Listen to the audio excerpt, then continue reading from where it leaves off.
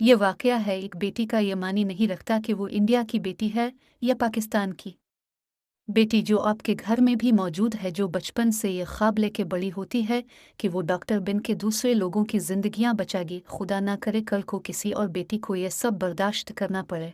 एक औरत जिसे 9-10 लोग दरिंदगी का निशाना बनाते हैं, इतनी बुरी तरह से इसका जिस्म कुचला जाता है कि इसके जिस्म की हड्डियां टूट जाती हैं। मुझे याद है इसकी माँ के ये अल्फाज कि किस तरह टांगे एक बेड की एक साइड पर थी, दूसरी साइड पर पेल्विक टूट चुकी है, कमर की हड्डी टूट चुकी है, चश्मा टूटकर आंखों में कुंकलियां घिसी हुई हैं, टांगें फ्रैक्चर इतनी कि केट नहीं की जा सकती, चेहरा और जिस्म खून से लथपथ, जिस्म पर 100 से जायद काटने के निशानात। शायद सांस खत्म हो गई होगी और हवस पूरी करने वाले अपनी हवस पूरी करते रहे होंगे। किस कदर दर्द से गुजरी होगी कोई अंदाजा भी नहीं कर सकता।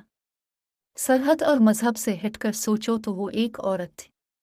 तुम औरत को तोड़कर फेंक देते हो और सोचते हो तुम मर्द हो, तुम्हारे साथ ऐसा कुछ नहीं होगा तो याद रखो ये इस दिन होगा जिस दिन इस कायनात का कोई खुदा नहीं होगा। औरत ना सही से इंसान तो समझ। फिर लोग पूछते हैं सारे डॉक्टर्स मुख से बाहर क्यों झड़ते हैं। इसका जवाब है सिक्योरिटी इश्यूज, आमदनी, काम के औकात, मेरिट। ये मसाइल एक ही सिरे पर हैं, लेकिन इंसान की जान और इज्जत की कोई खौफ नहीं है। हमारी ख्वातीन डॉक्टरों के लिए क्या गवर्नमेंट सेक्टर में एक भी महफूज वर्किंग वार्ड है?